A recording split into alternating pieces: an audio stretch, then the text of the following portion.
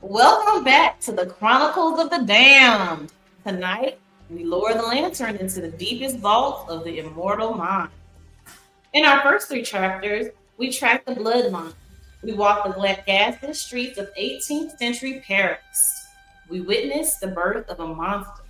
But tonight, in episode 4, we meet the rock star, the rebel, the fiend who refused to hide in the shadows. We talk about Lestat the Leon Core. He's not your tragic, weeping creature of the night. He does not beg for forgiveness. Lestat craves the spotlight just as fiercely as he craves the vein. He is beautiful. He is boundless. And he is entirely devoid of remorse. Tonight we explore the grandest illusion, making humanity fall in love with the very thing that preys upon them. Pour your glass, turn down the lights. Let us step into the ballroom of the Brat Prince. I got excited. All right. So tonight we are discussing episode 4, The Devil's Road of the Vampire Lestat. But before, hey, to the end of 8447. Before we get into the actual questions, there are a few things I wanted to just spiral out there. All right, number 1, cocaine is a hell of a drug. Got to be. Next, Lestat has a whole apex predator diss track. Boom, let that in your back pocket. Armand is in a 12-step program. LOL. Louis, what the actual fuck are you doing? Hashtag letter. Next, psychopath Nikki makes several appearances in this episode. Next on the docket, Daniel reads Armand from the underworld to the fucking cosmos. And nasty. Other Lovin' has a whole nother meaning. So I know I kind of popcorned out a whole bunch of things that worked out in my mind as it pertains to this episode before our actual formal questions or conversation pieces that we get into. We know the cocaine is happening, the diss track, all the things, anything from anyone before we get into the actual formal questions about any of the things that I mentioned. At this point in the show, I'm not quite sure if Lestat is an unreliable narrator because of the coke, because of his narcissism, or because that is just the essence of who he is, right? I'm very unsure at this point, but hey, I'm along for the ride. It's a good ride. The Devil's Road is crazy.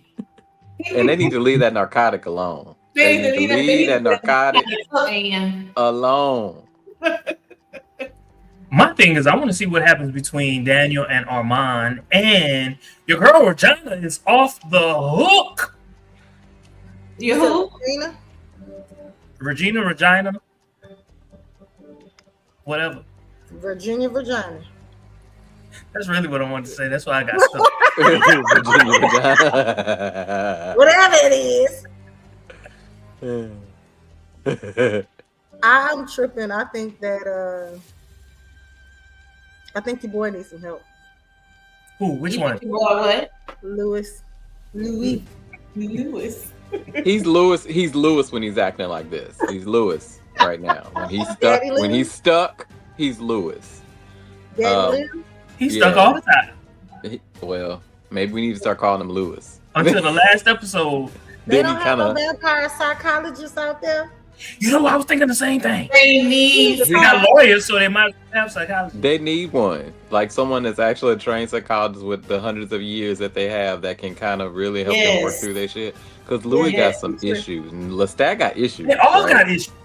But Louis and Daniel, that's why they love each other so much. Yeah, they saw each other's pain, and that's what drew them to each other. That's what it is. Armand in the 12 you in pain, I'm in pain. Just Armand in the 12 steps. I feel like that was the most hilarious slash like just drawing me in moment for the entire show was Armand with this trying to make amends part of the 12 step.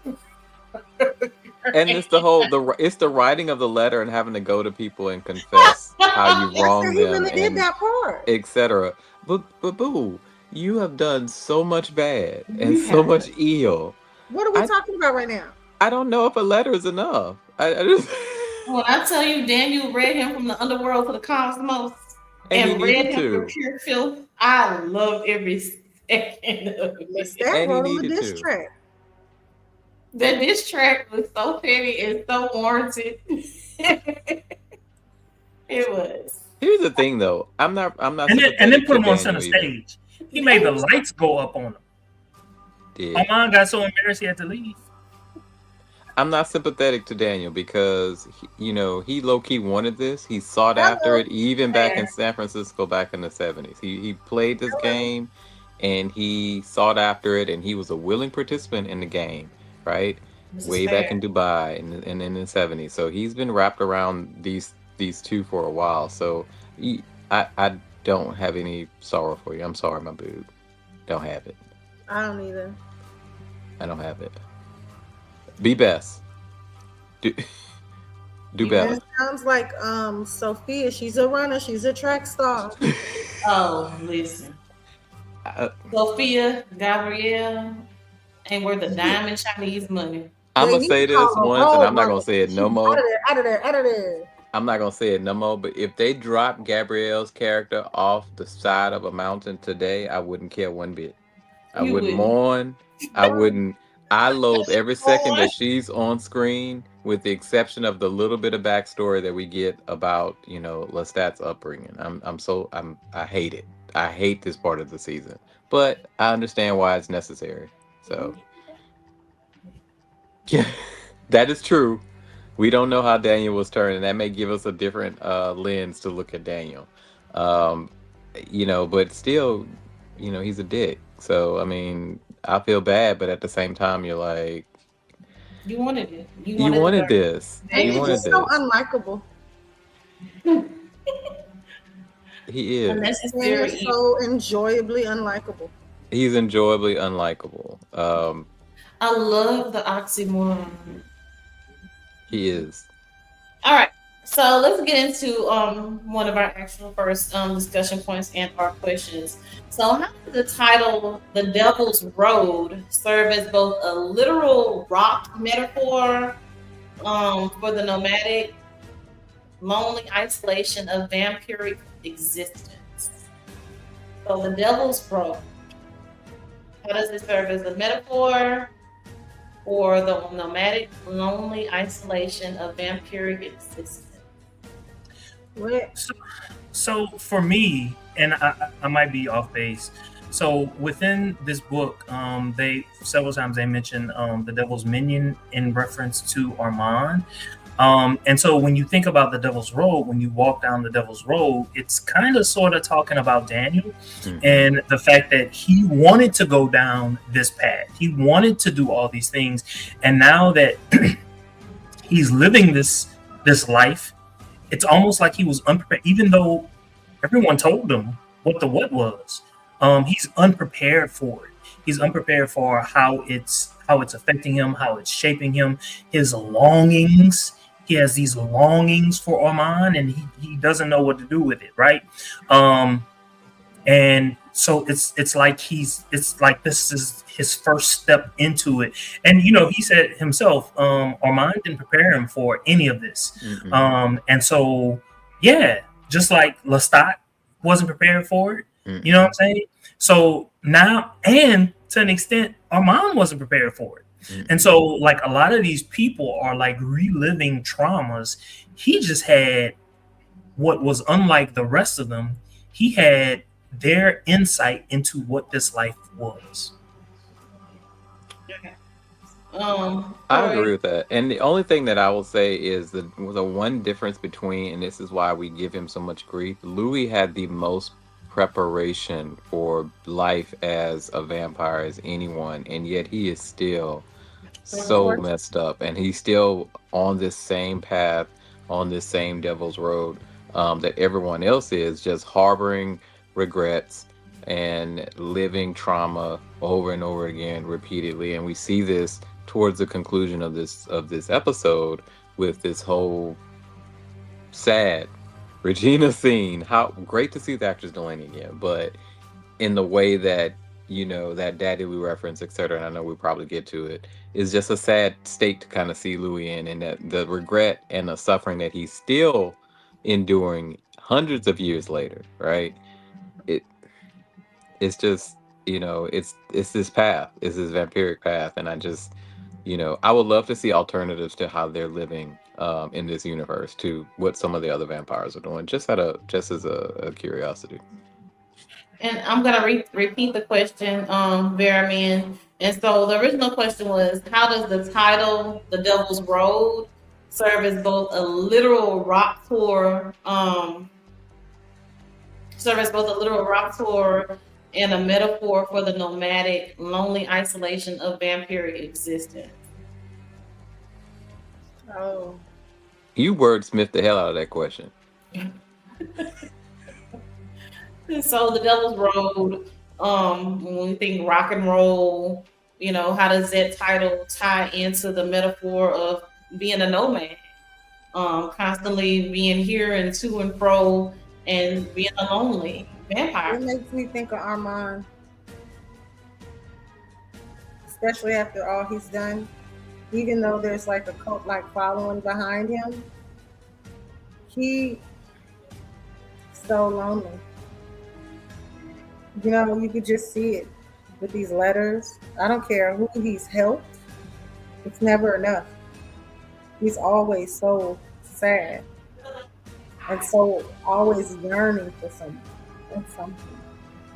Do you think that ties into everyone? Do you think everyone has this I guess because it's forever, that this sense of loneliness just constant? I think it relates to all the characters. Everybody They're but Sophia. so lonely. Well, because Well, no, she does come back to Lestat.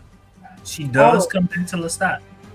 But I think that she's able to withstand that feeling, that pressure, that need a little bit better than everyone else. I think it has something to do with the fact that she's his mother. You can't cut off every inch of humanity from you. She says, my maker called me and I came. Your maker, who you made, call you and you come. I think it's that. I also think it's part of her personality too. Like, really and truly, she really wants to be by herself and suck the marrow out of life, literally. She just wants to leave carnage everywhere she goes. I think that's just part of her character. I think she enjoys being a vampire. She loves it because she has a sense of power, I feel, that she didn't have in her mortal life. Right? Think about when she was created, though. Yeah. So for me, the Devil's Road is one of being dark and chaotic, and rock and roll. It's both that. It's high energy, it's dark, it's chaotic, it's lots of things unknown. So that tracks for me as far as like the rock tour and the Devil's Road. And as far as the nomadic side of it, you're constantly moving. You don't really have any anchor. So you're all over the place. And so it's hard to be anchored to anything and avoid isolation if you're constantly moving to and fro. And so just complete and utter darkness and chaos. And so, as we know, rock and roll is just that. It's chaotic. It's, constantly moving and shaking. From night to night, you don't know what it's going to look like. Lots of drugs, lots of groupies, all the things, rock and roll. And so I think that's a good parallel with the vampiric existence. So Lestat claims that his greatest fear is loneliness, yet he actively pushes people away. Is his chaotic energy on this tour an attempt to cure his loneliness? Or is it a form of slow motion psychological suicide? So is this tour trying to cure his loneliness, or is it slow motion psychological suicide? I think that Lestat is a self-sabotager Mm-hmm. constantly. I think because of the things he's been through, and then the way his mom and first little minion, you know, did him. I think that he just doesn't think anybody will ever stay. And then he's had to develop this kind of personality, this kind of toxic personality just to even endure it. Mm-hmm. To where he figures they'll all leave anyway, so I'll just keep provoking them until they do. And at least I still get to be myself. I think that it is an attempt to cure the loneliness, but I think that it is making it worse. It is making it worse because it's forcing him. But it's making it worse, but it's also making it better because it is forcing him to kind of face those issues, right? To face the Nikki, the Maris, the different characters in his life that have contributed to his trauma and to his lack of development and growth as a entity as a whole, right? But because it's so traumatic and because it's so chaotic and also because he's a bit of a narcissist, you know, it is making it worse, right? You basically you crashed a car, you know,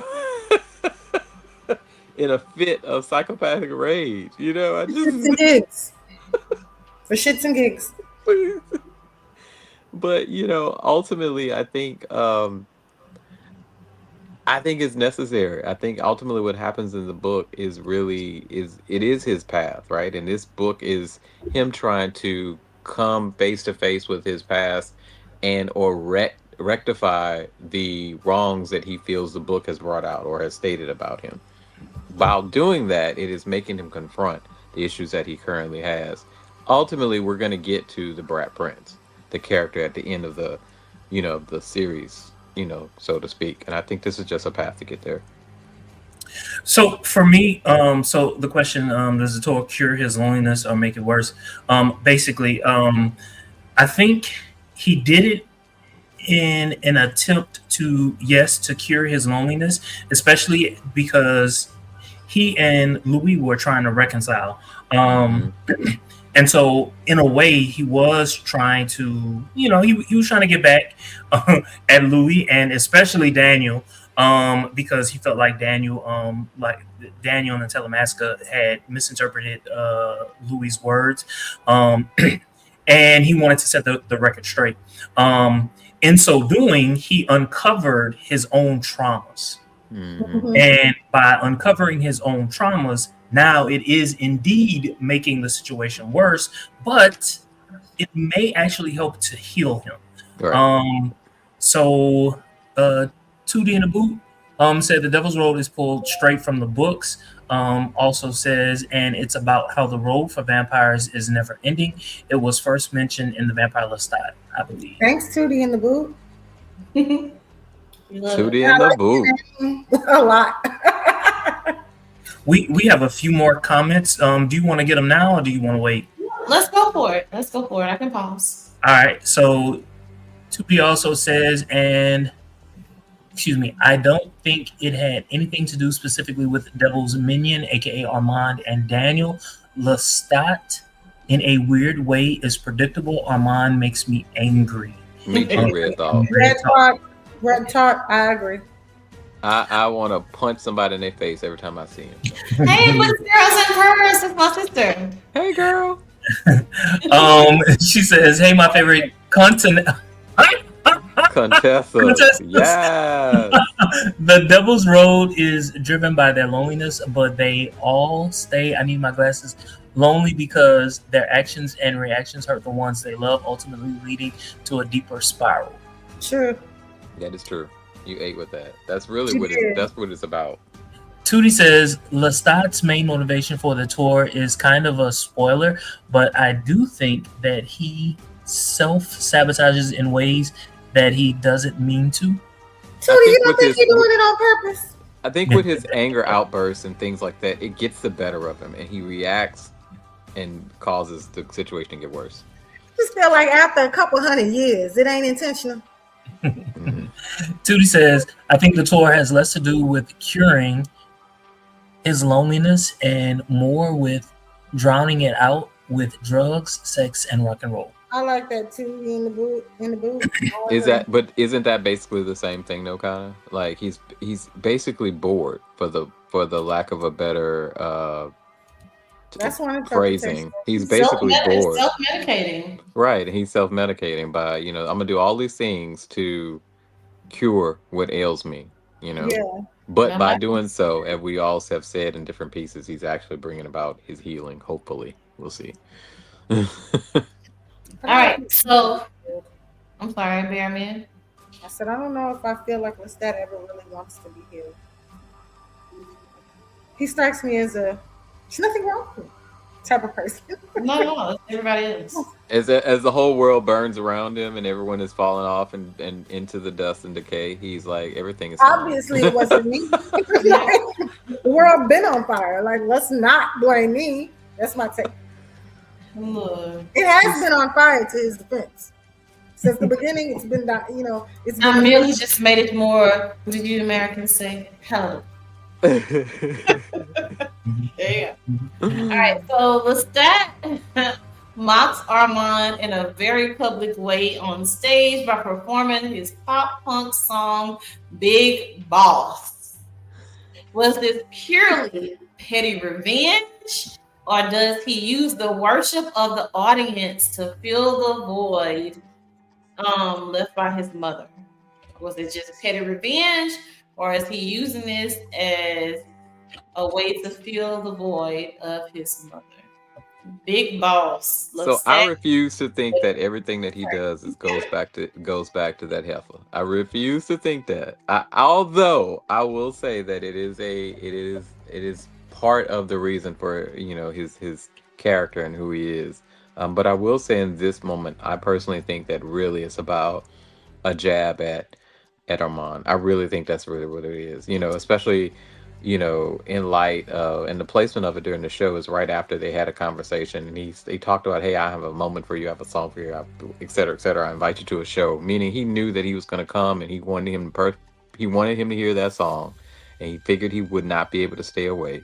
It is all about revenge, right? If Louis can get it and Daniel can get it, Armand definitely can get it too. Bear of men. Was it petty revenge, or is he trying to fill the void of his mother with a diss track? Big Boss. Oh, it's definitely petty revenge. And he enjoys it. I think he just has always despised the rules that Armand has pulled him into, this whole idea of having to follow like these old ancient vampiric instructions that nobody ever told him, and who does it suit? It doesn't change with time. Nobody explains why. They just are what they are, and if you don't do what they say do, you die.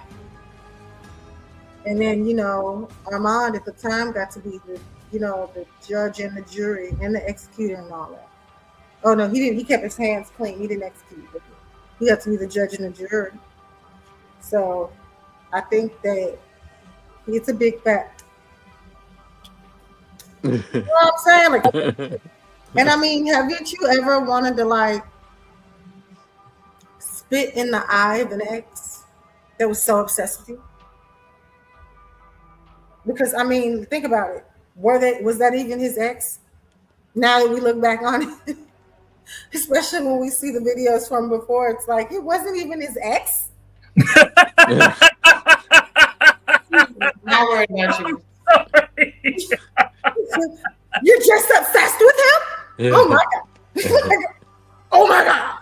Has anybody who's ever just been a little overzealous about? But isn't Armand always obsessed with whoever he's with? Yeah. I didn't even down, you know what I'm saying? I didn't even dig him down. Be tripping. That's all I'm saying. I've never really had that kind of connection with him. He knows it. That's all I'm saying. It's unrequited love to somebody who's been Was it unrequited love, or was just the sex just that good? Was the dick just that good? But did they? But did they though? Right. Did they know what? But and to Armand, I love you. Let's start. Oh Jesus. Oh yes. That's why Yes. were they even together? That part. Like, what is this? Yeah. Just being annoyed. He was Just just being like, annoyed. "Ooh, everybody's delusional. Who sits among me?" You're right. Let me go. Another perspective. I kind of forgot that part. Yeah, like that's. So I'm like, was that even an? Because on Armand's rendition of just what in the happened, that's moment. not how it happened. But on Lestat's, when he says, "I love you," Lestat is like, "Oh my god." And you know it's true because Gabriella was there, and she would have. Well, we don't know what she would have really said, but she didn't give any indication that he was lying. Mm-mm. She just sat there like, you think you're the only person he loves. So Why not? I screamed out loud when she said that. I was like, "Ah!" But I mean, Yeah. he's the seed of her essence. You know, she's just like, I made that boy myself. He ain't worried about you. Wow. Now let's take it back. I think it was season 2. I think I kind of sort of hinted at the fact that Armand was a bottom, and Daniel Daniel let loose. He said, "You a bottom twink." He did say that, and I cackled at that too because I'm like, isn't he A that bottom in personality? intellect and a bottom in ability. A bottom. I was like, I wanted to toss my hair for Armand. Like, well, you ain't had to tell him yet. You See ain't a had pretty. to say That's a I pretty, mean, pretty son. Let's bring y'all into the community for a minute. I mean, he just fit the stereotypical bottom energy that people expect in the community. That longing that Yeah, submissive, completely that submissive. submissive. Yes, that He's- submissive nature. Are you telling me, Matra? Yeah. My nature. I just love watching him. He's just so beautiful. He is so beautiful. Like, Yeah, we I have He's pretty. That's a pretty man. we have about 10-15 comments. Y'all want to get to them, or Yes, because we Okay, just okay. pulling it off. I can cut down on some of the questions. So, Tootie in the Boot said Lestat knows the tour isn't working for him or doing any favors for his mental health, but he also doesn't care enough about his mental well-being to He stop. doesn't have. That's a He a fact. rock star. Uh, Rock star, like Cardi said star. I don't know. I mean, because at some point, I hear you. self-preservation has to kind of come in at some point. I But won't who say gonna that stop him, Boo? Who gonna stop him? nobody's going to stop him. That's the point. Nobody's going to stop him. So, Is it self-preservation or is it? rock star lifestyle might not make it. and maybe that's the whole point of Akasha. Just in the grand scheme of things, she's that force to be like, hey, look, All right. So Tootie also says, Big Boss was justice for Claudia, and I'll stand 10 toes down on that. He wanted to humiliate Armand the same way Armand humiliated Claudia with the baby Lou shit. That's fair.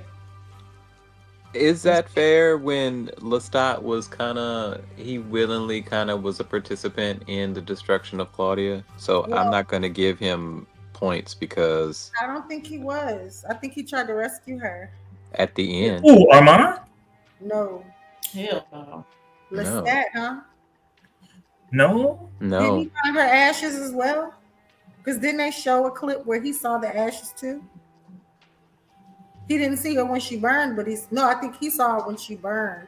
And like Lestat, I think the video kind of shows it like Lestat saw her when she burned. And then the other the movie shows it like Oh, the movie. Louis found her in as like the ashes. Yeah. yeah. So, but based in the context of the show, Lestat's grand inquisition, so to speak, was a part of the whole trap and scheme that was laid out by Armand, and Lestat played a willing role in it, and so he does not get to have a high ground and really try to humiliate him. He's humiliating Armand for the sake of humiliating Armand because he feels that he has a part to play I see in that. the destruction of he and Louis' relationship. So let's go back to the book. Lestat in the book did not get Armand's blood. He didn't get Armand's blood. It was I forget whose blood he got, but it wasn't Armand's blood. So Lestat was weak. So when Lestat played his part in all of that, Lestat was very, very weak. Yeah. He had no choice. So if you go by the book, that makes perfect sense. Yeah. If you go by the television show, Right. All right, so let's move. We have a lot of comments, y'all. A lot. Red Todd says Nikki was right when he said Lestat was a mama's boy. She poured in him. She poured in him her frustration, her malice, her revenge in a fucked up kind of way. A lot of men grew up like that. Yes. Is that A lot of men that they know grow up like that. okay? I would agree. I would 100% agree with this. Oh yes, I totally agree with this. You know, he was at no point trying to really gain the affections of his father. Mm-mm. You know, But he was beating him. mom.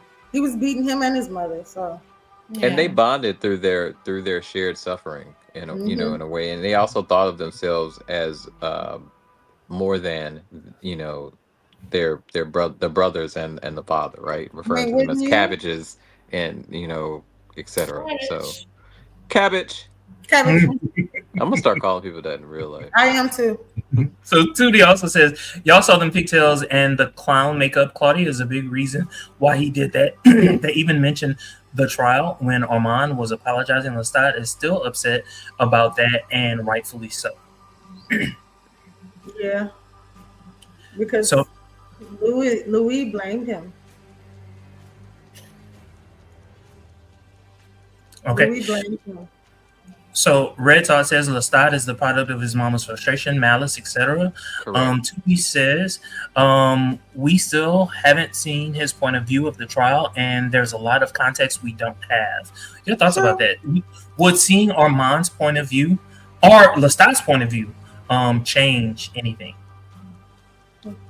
I don't know how Armand's point of view could, or seeing his point of view could change my opinion of him. It could help me understand his motivation a little bit, but I will still see him as, you know, operating in bitchosity.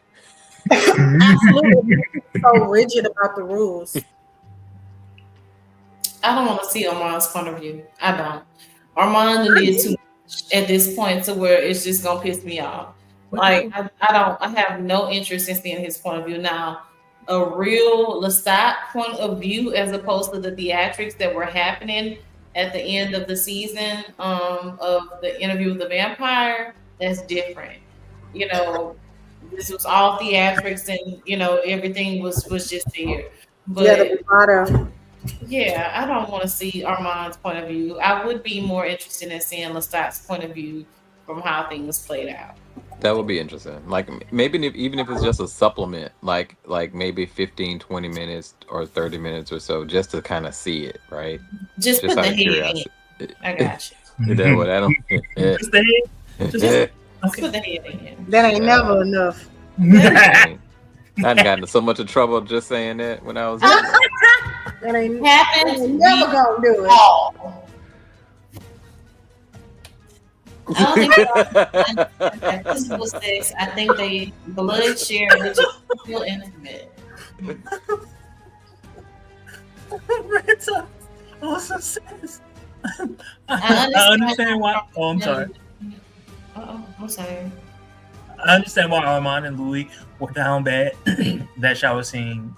Golly, You ain't lying. The way he did it, and he did it on purpose. Like he was dangling that dangling, wasn't he? And then talking about and made a point of I think some point in the show someone said something about endowment. I think there was a lyric in the song that said something about endowment, and I was like, you. I was like, you bragging like that? You bragging like that? All right. We do too, Really Red. my favorite villain We anyway. do too. He's a switch. He wouldn't climb on my back. Mhm. Oh, That's he's a- He wouldn't climb on my back. He a pretty stuff, like baby.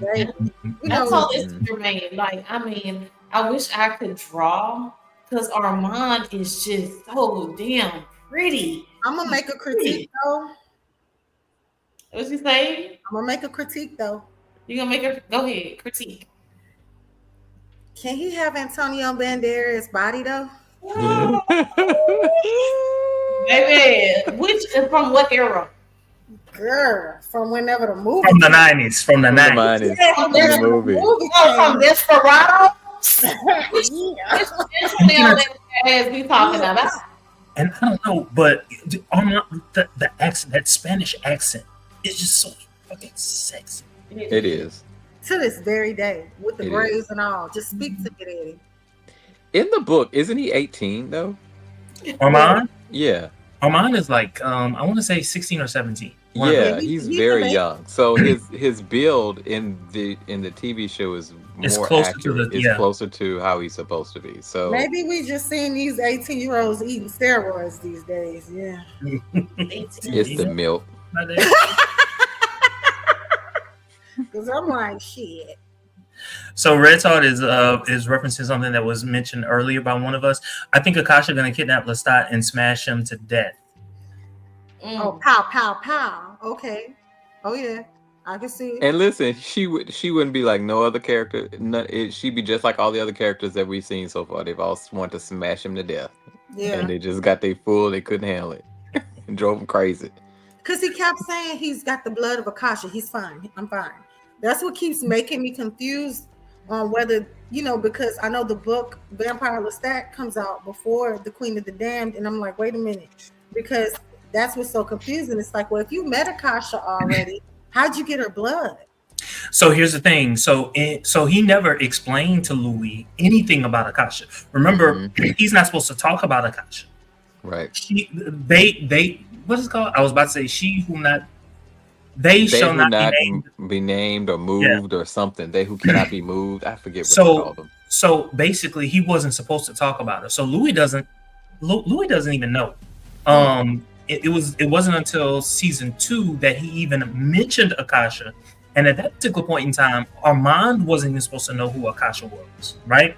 But Akasha kind of looked at him. Armand kind of looked at him like, "Oh my God, really?" But in the books, Armand doesn't even know who she is, right? Mhm. So Louis definitely doesn't know who Akasha is at this particular point in time. So Okay. that's your confusion. Your confusion is they left that point out. Okay. So he references her all the time, but he's not supposed to. And then also from where we're watching the story, this is at some point in the future he is recalling all of these things. So I'm assuming at some point in the end we will see where he is present day, whether he's climbing out of a He's crypt dead. or something. Well, he's not dead. Aren't they but at his funeral? he's not really dead. Whose funeral? I mean, whenever they're trying to go over at the beginning of it, they're trying to like go over his His estates. estates, and I'm like, Yeah. who does that if he's not dead? He's not really dead. He He ain't may be dead. missing. He may be whatever. He's not dead. He ain't dead. So you're right. So what happens is Lestat leaves. He leaves all of them in Miami. So they're in Miami. All of them are in Miami, including Armand and Danny. All of them are in Miami. I don't know how this is going to end in the TV show, but in the books, then they're in Miami. He decides to go off. He goes off, and I'm assuming that this is taking place during the time that Lestat leaves them. Yeah. Yeah. Okay. And in So- that time frame, he meets all these other witches, and all this other stuff starts to happen, and then he comes back to the Chronicles. I think at some point, Oh, I forget. He's still a part of it, but So- he. So I think episode 1 of this season is even after Yeah. Akasha. Yeah. so you think it's after Akasha too? Yeah. That's how Yeah. I feel because I read. Episode 1, the beginning of episode 1 is after Akasha. Oh, Just the beginning. Okay. Yeah. Okay. Now I'm following now. Mhm. So allegedly Arcane, I do believe that allegedly Arcane has been with us in the past. Allegedly Arcane says, "Happy Wednesday, hey you guys. I'm just listening. Thank Hey, you boo. for listening." Tootie also says, "I was talking about Lestat's point of view of the trial, not Armand's. My bad. No. I mentioned Armand's, which got everybody else talking about Armand's." Tootie also says, "The king and queen are referred to as those who must be." Yes. There you go. Thank Yes. you. That's it. Books, Girls, and Purse says, "I don't think Lestat's dead. He's up to no good somehow, some way. Who do you think bought Lestat's albums?" I was thinking about that. I kind of think that Louis. since Louis is like the 550 something richest person in the world, it's gotta be Louis. Gotta be Louis. Or it's one of the other ancients that kind of are a little bit of a fan, but we haven't met any of them yet. So I would only assume the only other person who could have possibly beat Louis is the Talamask. Yeah. Which would be Raglan James. Yeah. And they paper long. They've been around for longer than him. So Mm-hmm. They have a All right. vested interest, kind of, sort of. So that's the end of the comments. I don't know if Elia is still here. She's not. Okay, but we had another comment that came in, so let's deal with that real quick. I do think Louis got a hold of those albums. That's too easy, and they never give up what we want. I mean, whoever gives up what we want? I mean, ever. So allegedly Arcane says, "Yes, I've been here. Yeah, I thought so. I changed my name from in Harmon." Okay. You know what I mean? Hey, boo boo. All right, we're done. Elia. So the show, as we know, gets into some weird Game of Thrones level incestuous types, Ugh. right? Uncover your faces. So how did you react to the flashback scenes where the line between mother and son and lovers completely blurs? What was your reaction? And I feel like we talked about it a little bit in the last installment, but just kind of seeing the flashbacks between Gabriella and Lestat. What was your reaction to those lines being blurred between mother and son and daughter? Cringe. Yeah. Sum it up in one word. I was like, please don't. I personally think that it's a miss for them to focus so much on it. Like, we've seen several scenes of this happening. We get the point. We get the idea of their relationship. I don't want to see it anymore. And I think they've done more of it in this show than I think was even intimated in the books. Really? I feel like they have. Like, it really was just kind of stated in the books, or kind of led you to believe that was going on in the books. I don't feel like there was this much Harping on it? Yeah, harping on it in but the flip can be said about Louis and Lestat too, though. So I guess people could have the same interpretation of that we have but at least They didn't that's really talk about their sex conventional. life. That is, him and his mother is not conventional, and I think it turned some viewers off, honestly. I think it has turned some viewers off. I think there's some negativity behind it, but for narrative purposes, I understand why they are talking about it, because it is an undercurrent, and this whole weirdness is kind of the reason why. It's one of the reasons why their relationship is what it is, and why there's this constant current in it. So, so I agree with everything that Corey just said. I think it is important for us to understand who Lestat is, and also to understand what it means to be a vampire. So, I do remember Anne Rice saying at one point that that a vampire's relationship with love / sex is completely different than the morals that humans have. They don't have the same walls that humans have. And so as a result, and you got to think about it, like you're drawn to your maker. You are drawn to your maker, and if he makes his mom, what you think is gonna happen? Right. Mhm. Like I this just, is it's the constant viewership of it. Yeah, I think it's sick. Yeah. I said when I first saw it, like I was like, I don't want to see this. I do not want to see this. I was like, not to mention. I kind of think they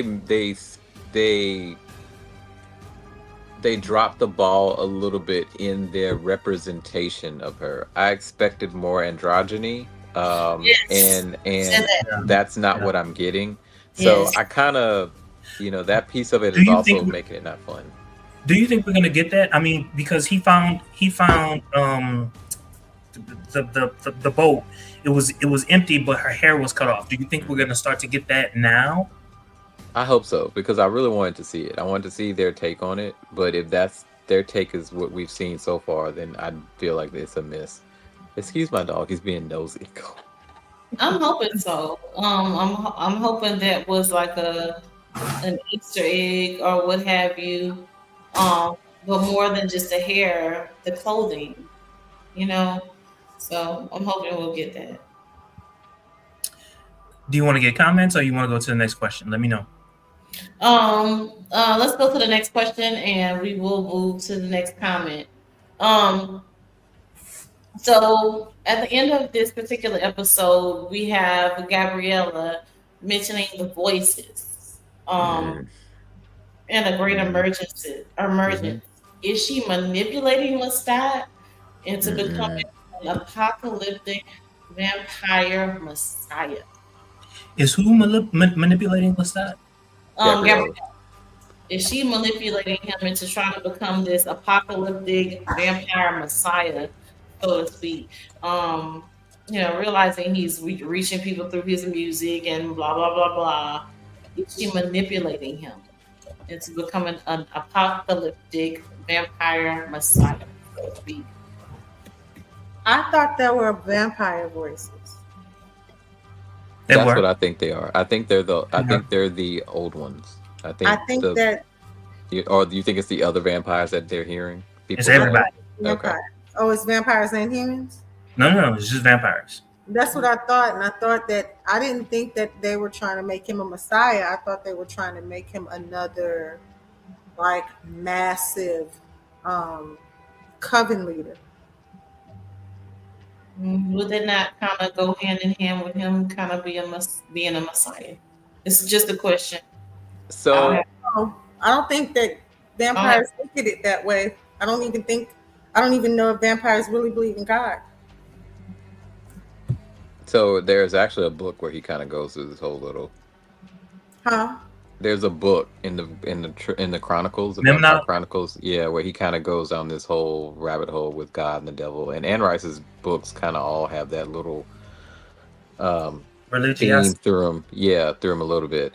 I think that it's two things. I think that she definitely has ideas of him being some sort of utilizing the power that he has and the potential that he has, and the ability that he has to reach vampires, to being able to control them and bring about some sort of chaos. Because she said as much in like either this episode or the last episode about wanting him to do just that, or doing just that.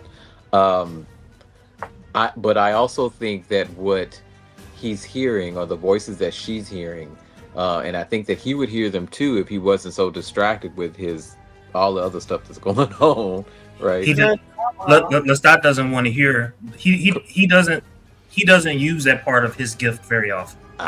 Okay. So they haven't. I don't know. Have they explained that? I don't know if they explained that. He kind of sort of did when, like, right after he turned Louis. They briefly mentioned it. Yeah. So I saw them listening to somebody before. That was Louis listening. Remember at the end of last season, Louis was the one that was listening and all that. My take on it with the Messiah thing, I don't know if being a coven leader would mean that you're a new Messiah or maybe just bringing a new world order to being a vampire. I don't know if that's Messiah like though. Maybe it's the same thing and I don't realize it. So I do think that she is manipulating Lestat, and I do think that she wants Lestat to claim this power. I think for her to be adjacent to the person with power gives her power, especially if she can so easily manipulate him. That gives her a whole lot of power, and I think that she wants it. I think she covets it. I think that's her game plan. But which is weird though, because in this iteration of the story, she wants power, which is different from the books per se, because she's kind of basically a hermit in the books. Agree. So this is a little bit of a lot of a deviation from the source material. It's interesting though because it does fit the kind of the overall narrative. Get into it, boo. I know, not the source material.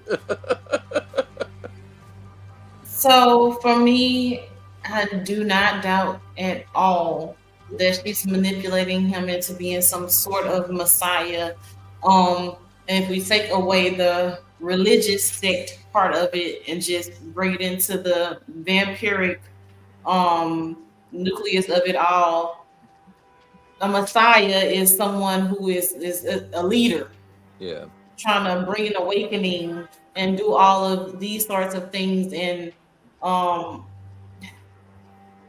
so I do think she's manipulating him to bring an awakening to the vampires and kind of obliterate the rules of the old covens and the old ways and say, hey, here we are. This is what we're doing. Down to Lestat being a rock star, doing all these things. I'm not hiding. I'm a vampire. This is what I am. This is what I do. I'm not hiding in the shadows. I'm here to bring an awakening to, we're here. This is what we're doing. So I guess in my mind, I do think his mother is kind of trying to prime him into being some sort of Messiah. Now, what's crazy? I don't know. I'm sorry, Mary Man. Go ahead. I interrupted. I'm sorry. No, you're good. I was just thinking though, like, could you imagine though having to live your whole life in the shadows, and then it's like, well, maybe we can introduce ourselves to the New World Order with all this crazy stuff going on, and maybe we can just be a part of society, and like we can rely and figure out how to exist in a different manner, because obviously this isn't working. Because we have to have all these rules that means that we can't do shit. Like we can't have fun, we can't live publicly, we can't party, we can't we have all this power, right? Yeah, we have all this power. Can't be honest about being some of the wealthiest people in the world. You know what I'm saying? Like we have to lie, we have to change our names, and really people should be like kissing our asses, because like who knows? We might be able to get rid of the bad guy. You know what I'm saying? Like maybe we'll take care of this prison problem. You never know. Ain't they, Pat? So I think that there's a couple things that's really good about what we're saying, is that, and it's similar to the Queen of the Damned movie. So in the Queen of the Damned movie, we remember Lestat was the main one he was telling all of vampire kind, come out wherever you are. He was encouraging people to, encouraging that, right? Because he doesn't want to live in the shadows. He doesn't want to do all these things. And then we have the same kind of thread within the story of this story, but he's doing it, but he's not doing it in a way in which Gabrielle wants or desires him to do such. It's almost like he's resisting it sort of way. He's not being intentional. He's not being intentional, as he was more intentional in the Queen of the Damned movie. But I think it's interesting because ultimately we know, a little bit of a spoiler, at the end of all of the books, he does become some sort of prince, king type figure within vampire society or vampire culture. So he kind of does change things a little bit, I believe. I didn't read the book. So, do you want me to read these comments real quick before they get extremely long? Yes. Okay. All right, so we don't have to comment on all of them, but Red Thought says maybe Louis and Armand lost body parts after the fight with Akasha. Tootie says, I was appalled by Gabriella. That flashback of her telling Lestat she loved him was pure manipulation and sexual coercion. She knows how, ooh, I can't see that. She knows how to use Lestat's love to get what she wants. Tootie also says it really showcases Lestat's complicated relationship with love and sex. Allegedly, Arcane says, I love listening to you all discuss IWAD. I will binge watch when the season is over. Books, Girls, and Purrs says, agreed, Red Taught. Tootie says, when you live forever, you're bound to sleep with someone you aren't supposed to. I agree with you. Right. He also says we aren't getting much of the androgyny from Gabs because she's around Lestat. In my opinion, you're absolutely right. Whenever she's around Lestat, she tries to look like a woman. Tootie says we aren't getting much of the Tootie says Gabriella is using Lestat's love to further the great conversion for sure. It's motivating the type of chaos she was telling him he wanted in one of the flashbacks.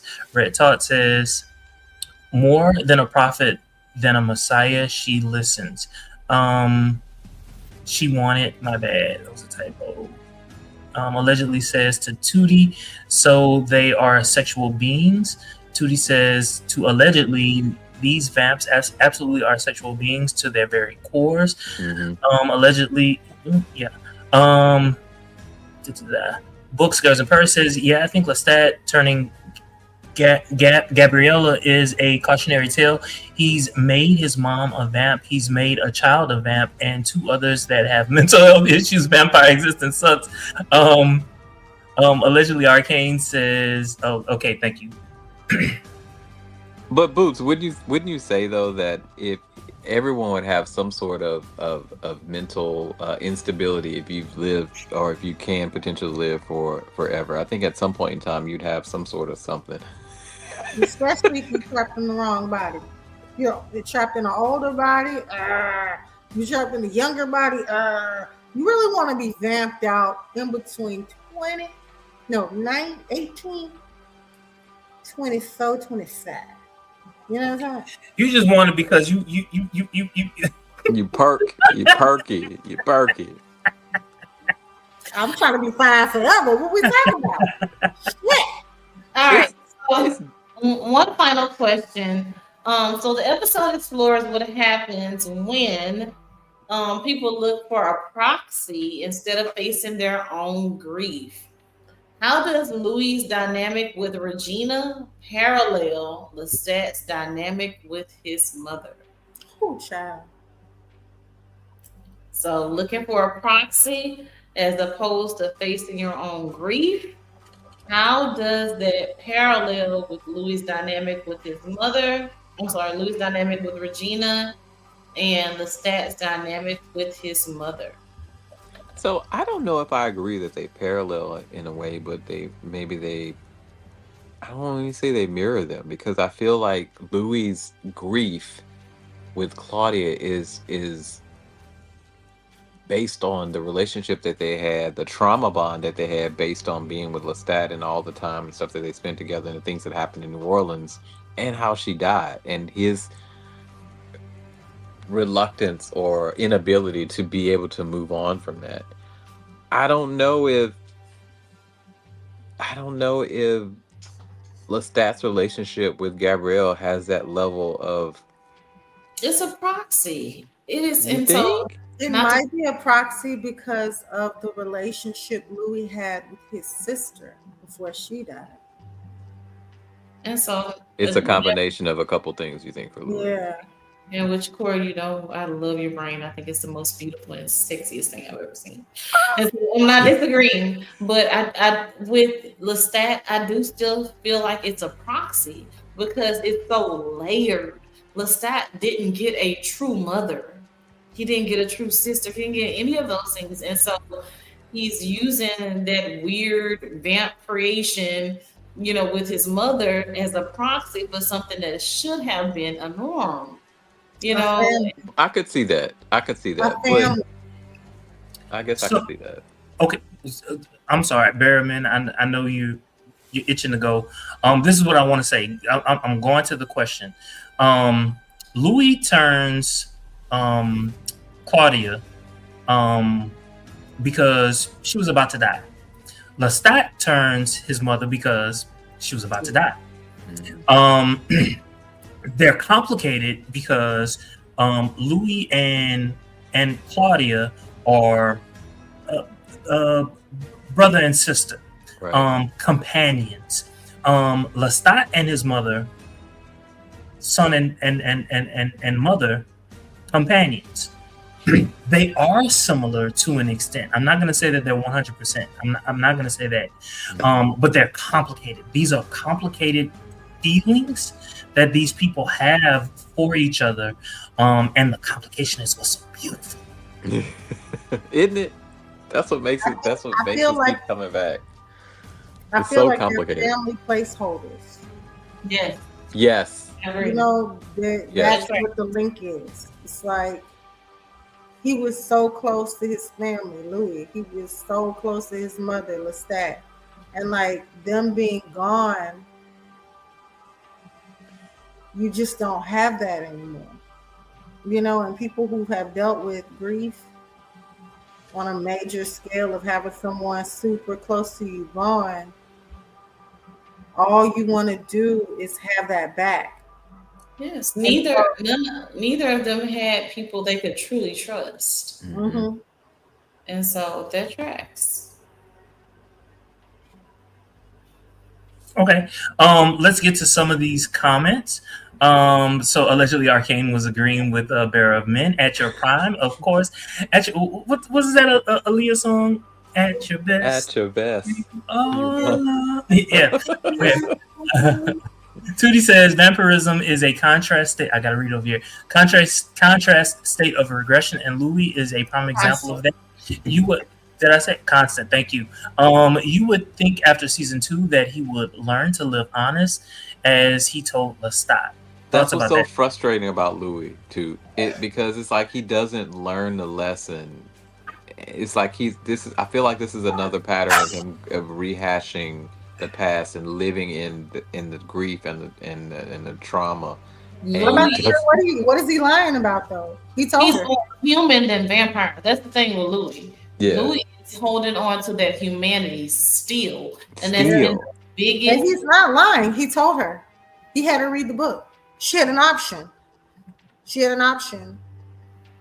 And let's think about what the first question was. I didn't get to say, but with that road of darkness, it seemed to only apply to vampires. But this Regina character, her life is pretty fucked up. Yeah, that is true. I'm really interested in where they go with her. Say Daddy Lou. She thought it was crazy and it was weird at first, but then, you know, he hit her with that manyan and she was like. Now, this is my question. Did he tip her $500 or was it $500,000? I think he tipped her $1,000. Well, for some reason, I thought I saw a 5. I did too. I thought it was like he could give her whatever she need. He will fix it. So he never ever specifically said that she had to say Daddy Lou, okay? But she took it upon herself to say it based on the book. For you to be coming over here and for you to bring this book over here and for you to want me to know, it's something you want me to do. And if you don't want me to sit on your lap, you want something. You want some sort of form of companionship. And you want me to fulfill that bubble. And like she read the book and she knows. I mean, it's all through the book. It's the loneliness. It's the loneliness. It is. It's extreme loneliness. The sad part about it is, oh girl, you got like debt. You got racks. This man talking about giving you 500,000 racks. I'm saying though. And I ain't gotta have sex, and I ain't gotta be on OnlyFans. I ain't gotta do none of that. I ain't gotta do none of that. And he said he know about her OnlyFans. What? And it ain't getting no money. Call me Sunshine, because I'm putting this motherfucking yellow dress on. Right? Hey. I would have did it. With Pig, wouldn't have had no problem. Would have did it right then. Yes. Which version you want? You want the regular, I'm your sister, or you want me to go all the way back when I was your daughter? Let me know who you want. I'm here for it. Wouldn't it be messed up, really, though, if I know it's not, but wouldn't it be messed up if, in a weird twist, that she's not really there? That she's not what? Ooh, then That he really she's- fucked up. That she's not really there. fucked up. I like the way you think. Oh, that she's not. She's a figment of his imagination. Oh my Much God. like how Lestat is seeing all these past people kind of taunt him and make him work through his trauma. Is that what's happening for Louis? That would be a cool turn of events to know that he was sitting in a coffee shop talking to himself. Child.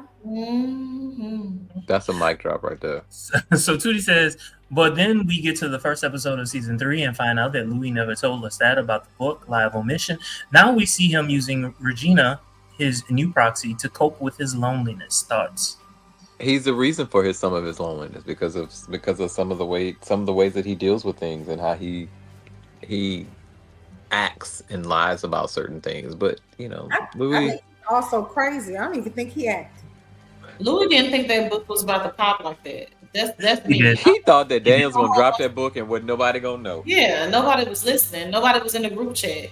So He's like, you a renowned author now? I'm not mad at Louis because nobody was in the group chat. Nobody was listening. Like for me, I can sit and talk about House of the Dragon to just me and motherfucking Jermaine and Erica, and ain't nobody else listening. Ain't But nobody. then we gonna be sitting there like, Oh shit. oh, somebody like it? Oh, Oh. no, we got a show now. Here's the other part about that equation. Armand was sitting right there during the midst of all of that recording and while this story was being told.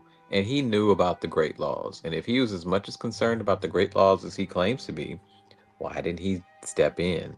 He challenged. Because he challenged it. So look, so according to the books, everywhere across the world, they had turned away from the Great Laws.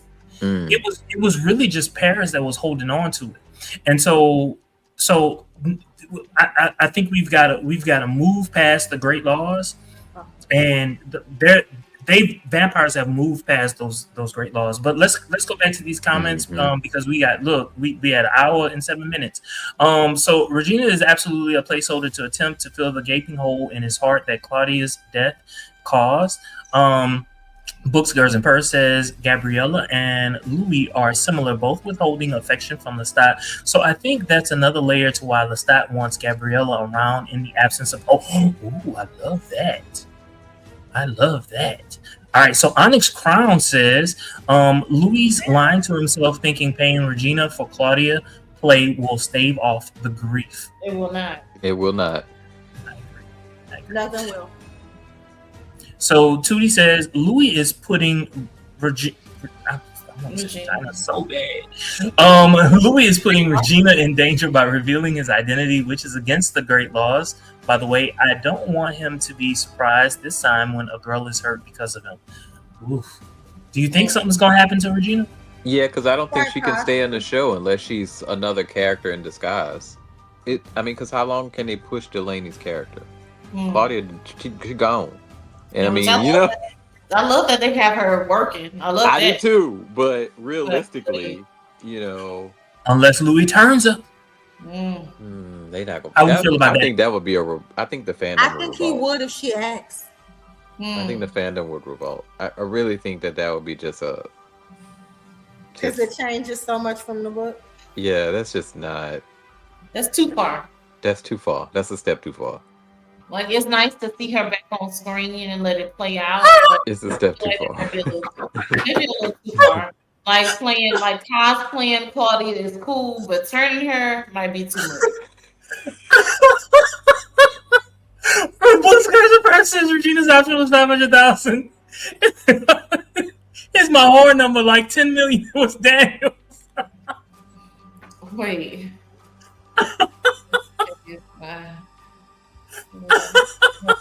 Like 500,000, I understand, child. Let me the way she spit that out, like at the end, 500,000. What is you talking about? You are not the same. What you said, Daddy? We are not the same. But shit.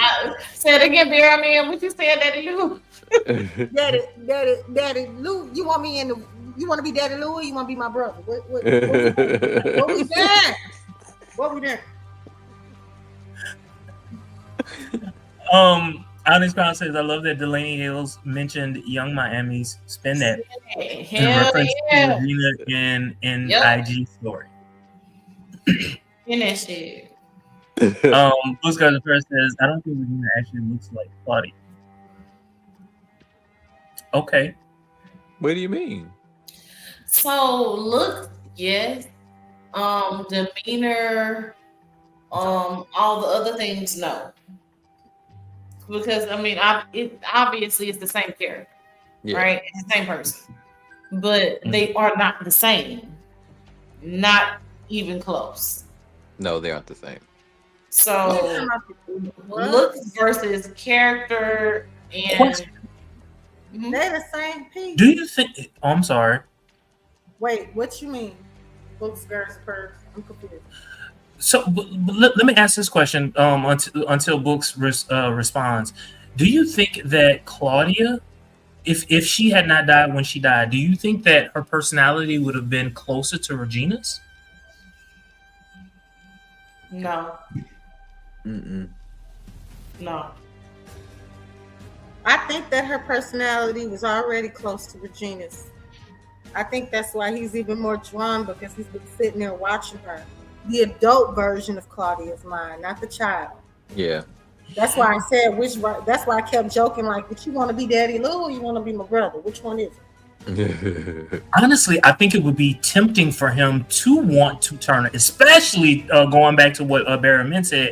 If she were to ask, that would be so tempting for him, because she would not be burdened with having to grow being up. a child vampire, right? Right? She might be all right.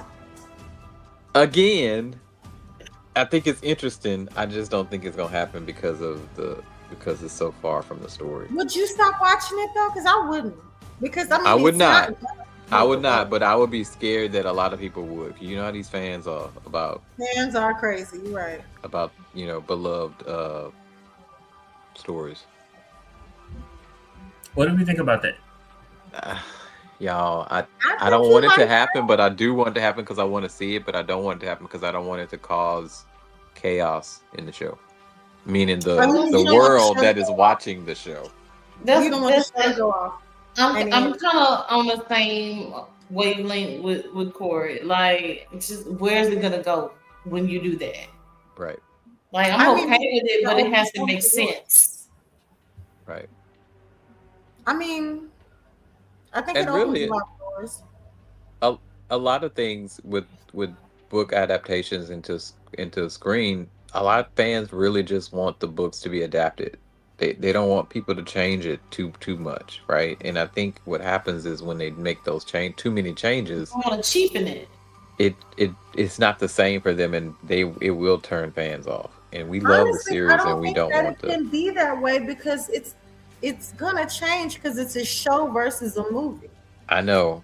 I know, And I'm but- fine with that. Just as long as whatever it is that you change, even if it changes the vampire rules or whatever it is in the show, I'm good with that as long as it makes sense and it is for the betterment of the show.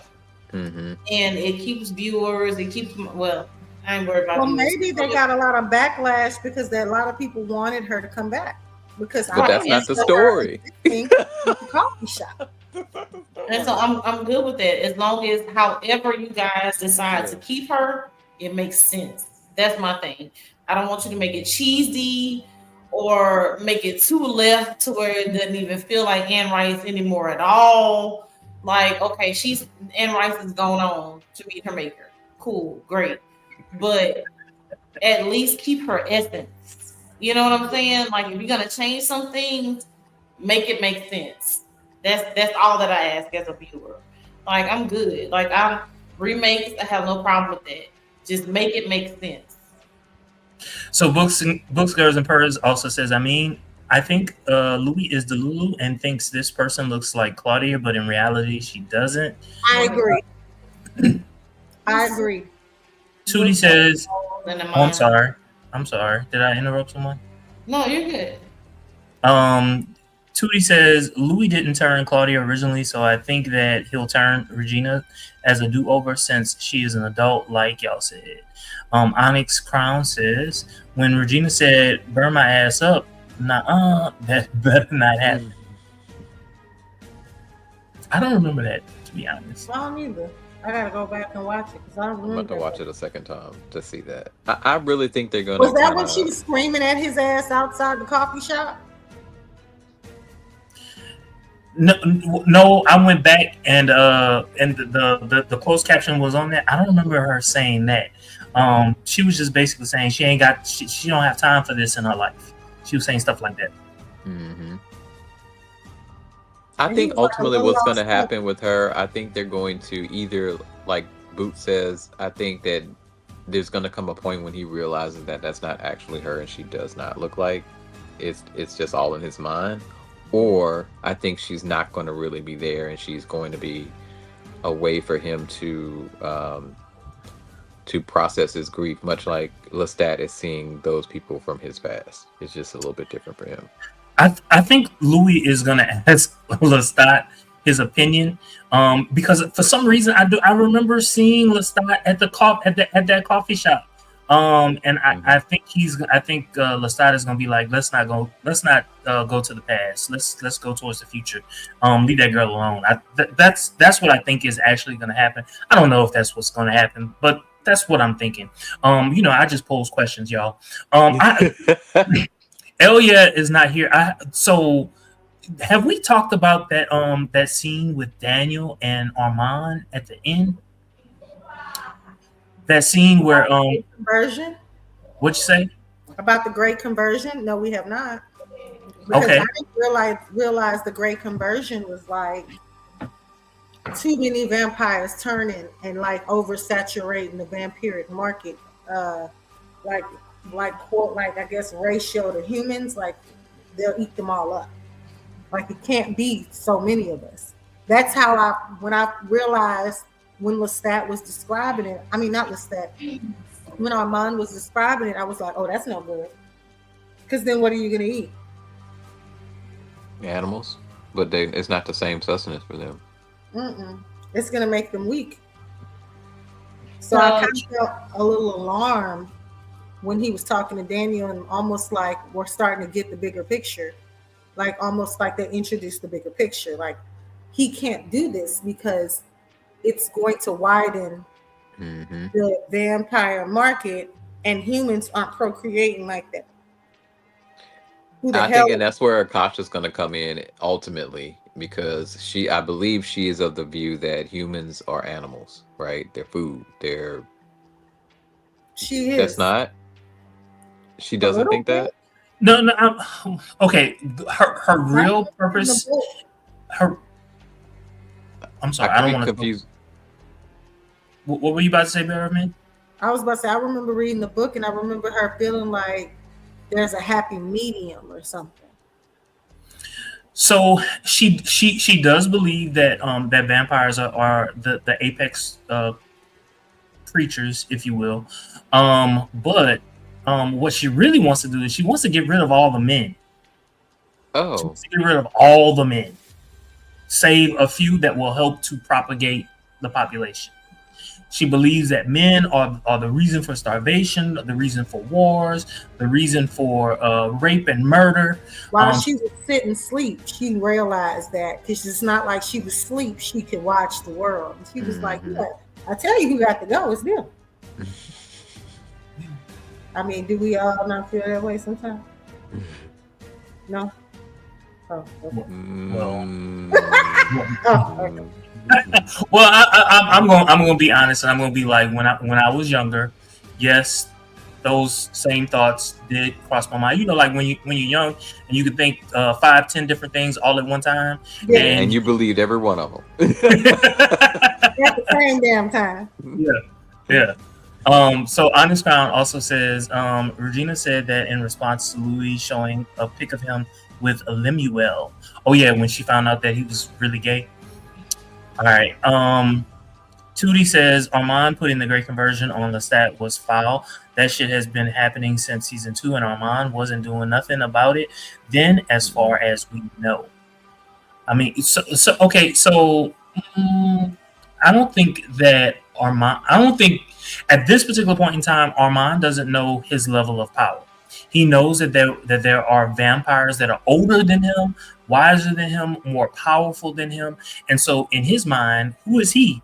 He just wants to be far away. He wants to be far away. That's why he was telling Lestat, "Please stop. Please stop.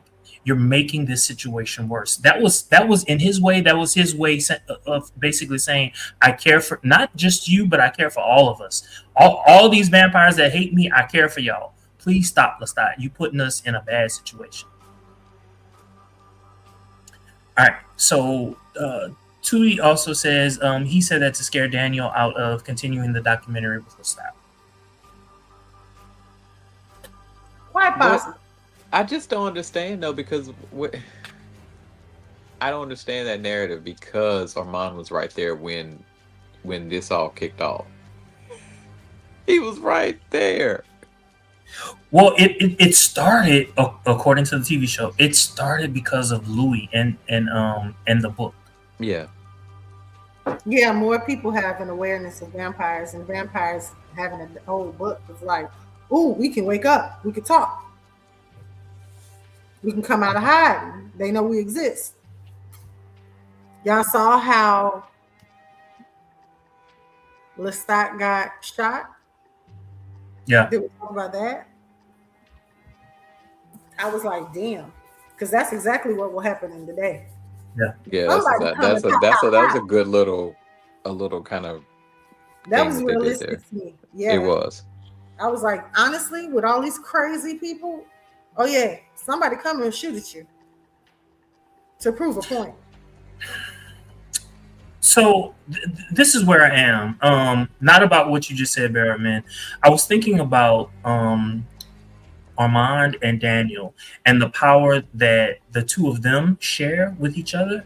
When you watch the After Dark, they specifically mentioned that this is a new power for Daniel. Right now, I can't see how that power can help him in any way. Not to say that it can't. I like right now. I'm not creative enough to figure that out. Their little shared time or shared space power that they kind of showed. Yeah. Being able to stop everything around them. Yeah. That's kind of cool. I love that, actually. It's a little bit of privacy when you don't know you realize you need it. Okay, I buy that. Especially if he's able to not just share it with Armand, but with others. Right. Mercury Landing says, late to the party and loving y'all's thoughts about it. I think we heard the Devil's Role term before in season 2 from the vampire who threw herself in the fire. Oh, I do remember that. Okay. I do remember that too. Tootie says, Lestat almost quitting was interesting. That's why I'm not going to blame the Great Conversion on him. Whatever bad happens is on Gabrielle now. I don't care. You want that go? You want that bitch go? And me too. Like expeditiously gone. Wanna go? All right, so we are nearing an hour and a half. So as we go ahead and close out this installment of the Vampire Lestat, episode 4, The Devil's Road, we are going to do our rating from Mayfair to 10.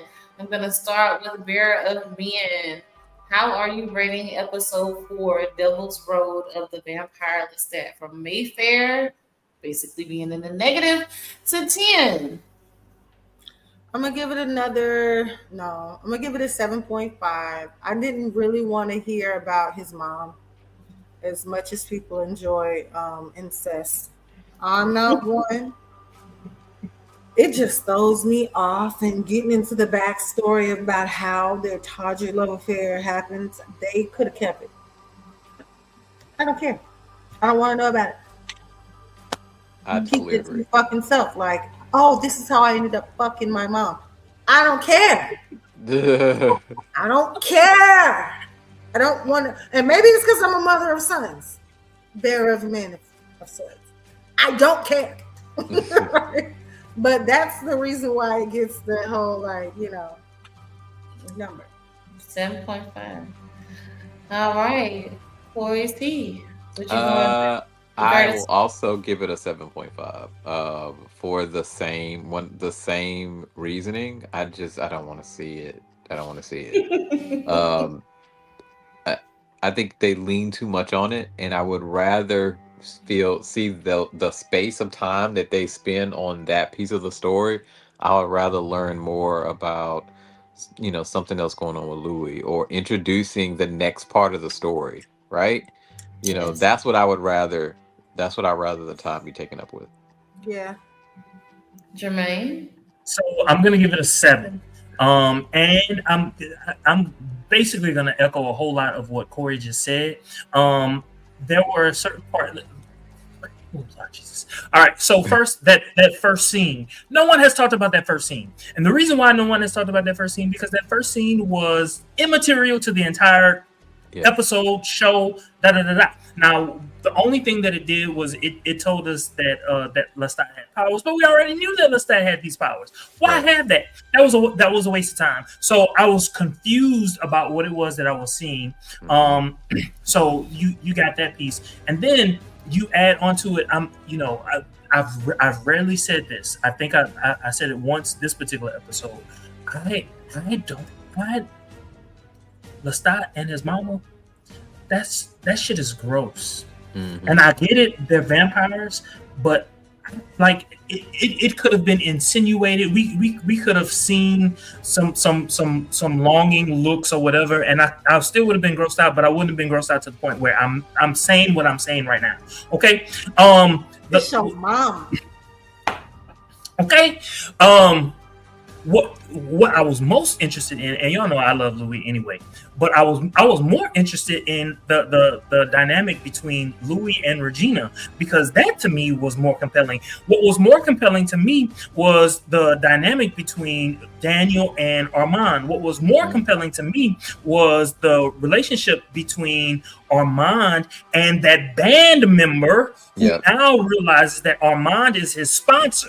You know what I'm saying? Like, those are the things that we could have talked about in this particular episode. So that's why. Right. That all of that would have been better, or even setting up the next part of the story of how we get to meet more ancients and more people that are going to eventually come about in the story that we'll probably see this season. Like, setting that stuff up, I think would have been a better use of time than seeing that. But Okay, in the group. So it's a 7. Yeah. It's a 7 for me. Definitely not gonna call my homegirls and brag about it. Or my homeboys. I'm not gonna call and brag about it and be like, hey, yeah, this happened to me and you need to try this. Not gonna do that. This was not my favorite episode in this season. By far. There were a few moments, because I love to jest, that I found absolutely hilarious with the 12-step program with Armand and those types of refrains that I found very interesting and intriguing. This was not the best episode of this season. It was not. But it wasn't the worst. I'm not gonna Mayfair it. It wasn't that. It was good. I enjoyed it, but I'm gonna give it a 7.